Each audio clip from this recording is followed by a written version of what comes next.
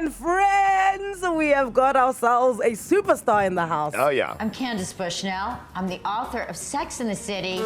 Candace Bushnell. Candace Bushnell, author of Sex and the City. Please welcome Candace Bushnell. Another big interview With Anele and the Club only on 947. Okay, so before we chat to Candace, I want to say hi to all my girlfriends who are officially tuned in. Right. Okay, because the obsession they have with this woman that's in studio right now is insane. Candace Bushnell, welcome to Anele and the Club. You literally decided how an entire generation is going to behave, right? Across the world, not just in New York. Because you created Sex and the City, right? That's true. That's true. Although I didn't do it setting out to decide how women would behave. Well, actually, that's kind of a lie. Because even when I was a little kid, I was like, things have got to get better for women. We've got to be, more independent. We've got to stop listening to this patriarchal thinking. But my funny thing is, her first book was a kiddie's book that she wrote. You said you wrote that at 19? Yes, it was a children's book.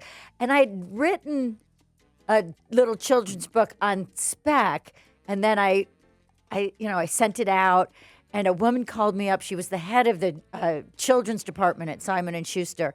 She said, come in and see me. I went in and saw her.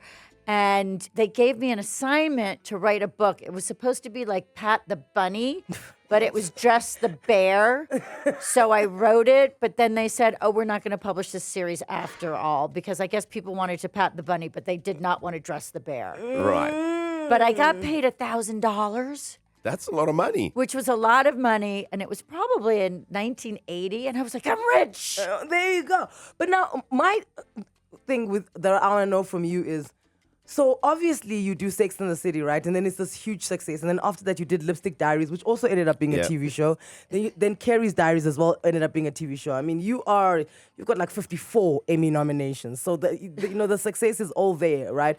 But do people panic around you like they want to dress good because of the fashion side of what Sex and the City did for the entire world? Like, do people want to do their hair and wear the stilettos and wear the dresses and impress you and put their best fashion foot forward?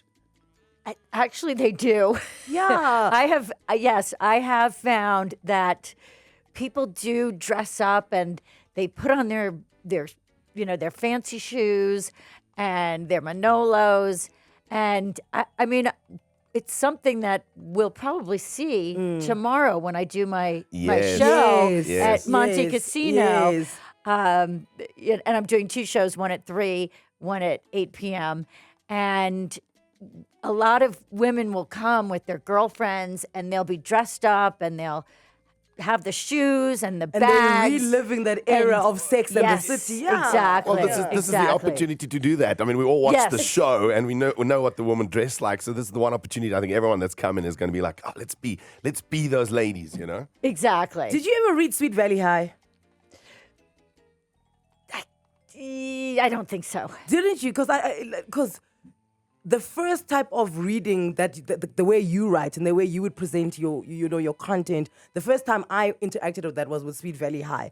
So when I read your books and I watch your TV shows, I always feel like I'm watching somebody who read the same books that I read when I was growing up. What books were you reading? Because you started writing at a young age, and the thing is, you're still writing now, which is what the show is about tomorrow. You're basically doing stand-up, It is. It's a one-woman show, and it's probably similar in some ways to stand-up, but it's a little bit more of a play. Okay. There's a set, and when I first did it in New York, there was a pretty elaborate set, and I had costume changes where I had one thing on, and then I had layered a couple of things over it, and then I took things off, and then I put on a skirt, and I made different outfits, and then there was one complete costume change where I had to go behind a rack of clothes and get out of one dress, put on another.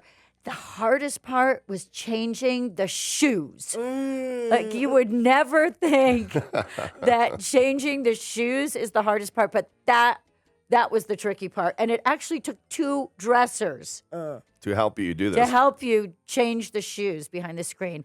But in the show tomorrow, It's just I don't do the costume changes because it would mean I would have to travel with about 10 people, and it's just not feasible. But now, here's the thing.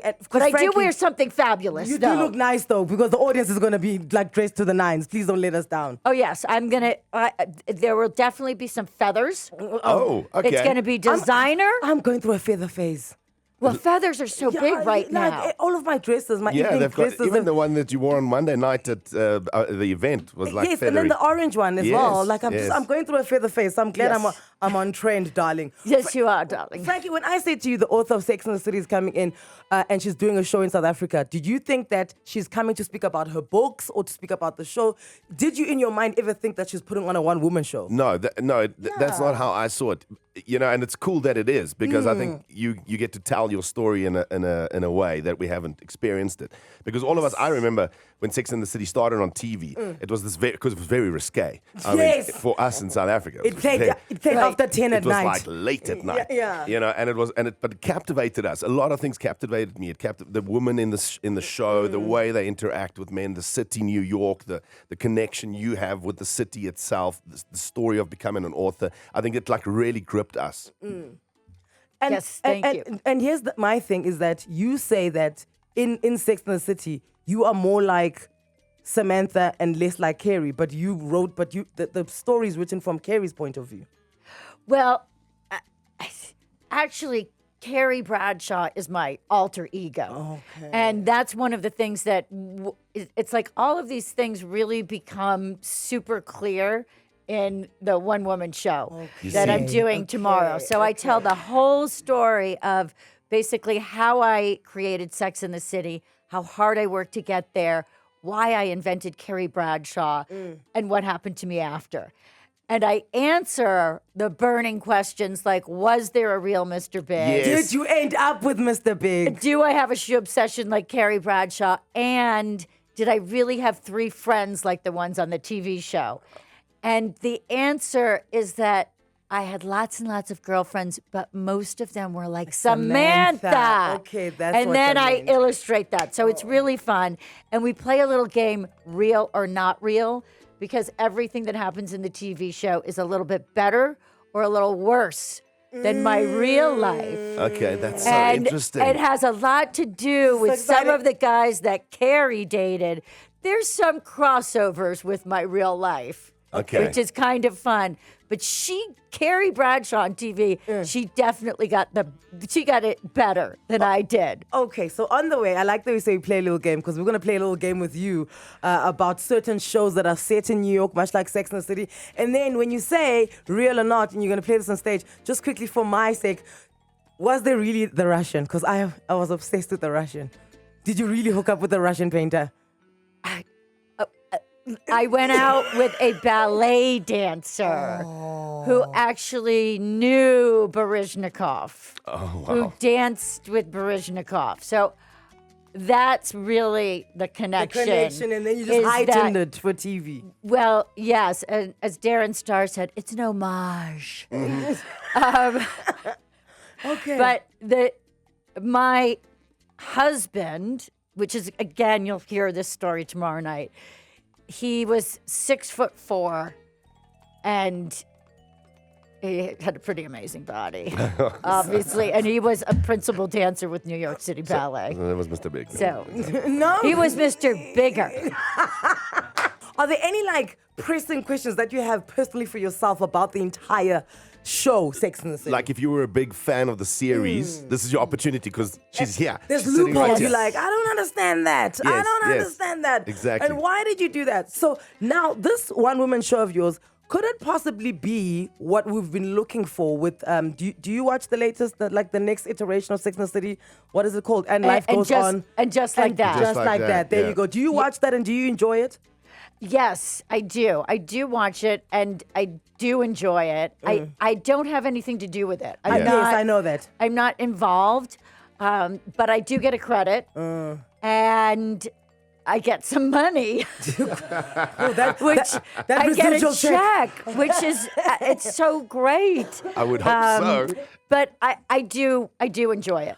Because I watched one interview where you said that your stage show now is basically the continuation of what happened, to Carrie and the girls after that. And this is why I'm saying perhaps then this should be the show. Well, I wrote a book called Is There Still Sex in the City that came out a couple of years ago. And that really was about, it was about women in their 50s. And if they're still having sex. And, if they're still having sex, but really about all of the things that we face as when we get into our 50s. And we basically have to reinvent ourselves in some way because there are so many changes. A lot of women get divorced. The kids leave home. You have to go back into the dating scene. You have to go back into the dating scene. And that is something that I do cover in the stage show. It's, is there still sex in the city? And then I cover some of the different types of men that we encounter now, like the senior age player or SAP. Senior age player. The the senior sack. age player SAP. And this is the guy who says that he's 75, but when you Google him, he turns out to be 87. But at least he looks 75 then. Yes, suppose exactly. I suppose that's why he got you for a date. And do you find, because you said this was basically, written about your life as well. So you got married and then you say that things fell apart. How did they fall apart? Again, something that's in the stage show. Oh, okay. She's not going to give away any secrets. You got to buy your tickets. No. My husband fell in love with somebody else. Sure. A woman. Yes. Okay. Yes, it was a woman. Yes. Would it be worse if your husband fell in love with a woman or a man? I think a woman.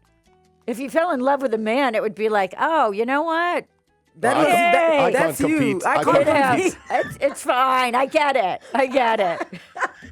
Can I come with? Right, exactly. Let's all be friends. Let's go shopping. My bags are packed, guys. I'm keen to be the third wheel to the situation. Yes. All right. So, Sex and the City set in New York. But the thing about New York is that, and we were doing this research, so many shows are set in New York. There's hundreds of shows. Is it just because it's an easy city to write for? Because the characters, as crazy as they could be, they will be believable because it's New York. It could be partly that, but the thing that's so interesting to me is Sex and the City was actually shot in New York, whereas Friends and Seinfeld, which are two shows that are famously about in New New York, York. were shot in LA on studio sets. And in fact, I can't remember which studio it is, but you can go to one of these studios and they're like, that's the Seinfeld set where, they shot Seinfeld. But So also Suits. Suits is largely... Suits is shot in in Toronto. Vancouver. Yeah. It's Vancouver or Toronto, Yeah. but a lot of shows that are supposed to be New York are shot in Toronto because Toronto kind of looks a little bit like New York, and it's also cheaper to shoot there. It's expensive to shoot in New York City. But when they were doing Sex and the City, HBO, they just loved the show, and they had a lot of money, and they said, let's just shoot on the street. And Lipstick Jungle we shot in New York on the street as well, and that was so much fun because sometimes I would just leave my apartment and walk a couple of blocks, and I would go to the location, and then I'd just sit in my director's chair that had my name on it. And yeah, I felt really, really cool. In studio, Candace Bushnell. Am I saying your surname right? Bushnell. Bushnell. Bushnell. That doesn't matter. She is the creator of Sex and the City. She's written countless books. I know that you've got a 2-book deal still. You still owe your publisher 2 books. And that's going to be a true. memoir. Yes, that's true. Okay, so are you currently writing that, and what is the subject? Well, it's supposed to be my life, my But we've seen earlier your life in Sex and the City. No. Oh. This would be more of my life when I first came to New York, and it is something I touch a little bit on the stage show. Okay. So The stage there's show. still, I know, the stage show incorporates everything. But yes, there's still more of my life to To be explored. To be explored, I Okay. suppose. But for the moment, I'm doing this show. Okay. The True Tales of Sex Success Okay. and Sex in the City. So your fans have sent a few voice notes. Please have a listen. Anele, girl, please, you gotta make it clear that we don't have to dress up tomorrow. I'm more of a Shay than a Carrie, and my wife is having doubts about going. What? She says they're having doubts about going because they heard they have to dress up. No, they don't have to dress up. Some will dress up, but no, they don't have to dress up. Okay. They can come very casual. Okay, that's good. I am such a huge fan. I was literally 17 years old when I thrifted my first pair of designer heels. My question to you is just the new series that's out based on Sex and the City. From your point of view, do you feel like they are creating a realistic run of how their lives would have continued all for women? Yes, I do. And there are people who have some objections, like they have objections to Miranda's storyline. Oh, yeah, because Miranda's dating Shay. But the reality is, I know a lot of women who they change a lot in their 50s. And we're allowed to. And yes, and we're allowed to. And people do re-examine their lives in their 50s. So I think that part is, that's definitely real. Okay, I just panicked a bit when Aiden came back. I was like, no, Carrie, please do not get back together with Aiden because you already broke that man's heart once. Yeah. I don't think we can put up with another one. Yes, well, how much have you guys watched? Because I don't want to give anything away. No, hold it right there. I'm not going to say what happens next. Don't say anything else. What we will do is play this game with you before we set you on your way. I'm going to play you theme songs of shows that were based in New York, and you need to try guess the show's name. Okay. Okie dokie, go for it. Friends. Oh, That's very easy. I mean, come on. okay, friends, next one.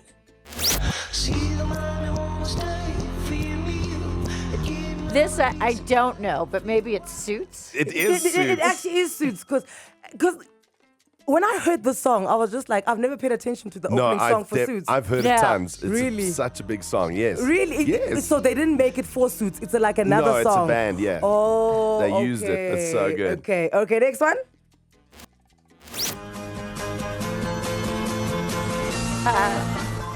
How I Met Your Mother? It is. Okay, next one. Okay, this is easy. Oh, Will and Grace. Love it. Love it's that. Raining Man. Okay, last one. Sex in the City. Yay. You know your New York shows. Do you know what, for me, and this is how I'm going to say goodbye to you, you're right up there with Shonda Rhimes. Like, Shonda Rhimes developed Grey's Anatomy and Private Practice. She's brilliant. She's brilliant. And I think you and her, I just like to sit and watch you two in a room, right? And see, like, how the minds would flow and, know, because you literally, you formed and you shaped so much of a generations. I mean, there's 4 decades of women that are, properly enthralled by Sex and the City.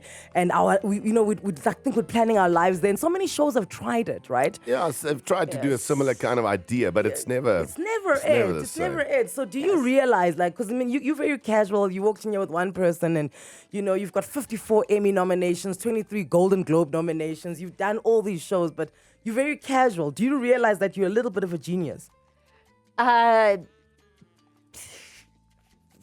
A little bit, yes. A little bit, okay. So yes. But It's just that you're I a nice person, but you are like. I think it's good to keep it real, Okay. because I still have to get up and work every day. Okay. So- And you're still working, and that's what I love about your I'm story. still working. I'm still striving. And I like to do a good job at what I do. Okay, So, and you do a good job at what you do. Thank you. Let that be known. She's at Monte Casino tomorrow, 3 p.m. as well as 8 p.m. Candace Bushnell. She is the creator of Sex and the City. Now, she's saying on the stage show, Well, there's obviously a lot of questions we have that are only going to get answered tomorrow on that stage. they get Yes. answered there, and the possible continuation, Yes. of how things are going to happen, and we might just get a TV show coming out of the show. Oh. Yes, it could happen. It could happen. Anything could happen. Candace, thank you so much for your time. Thank you. Anele and the Club On 947.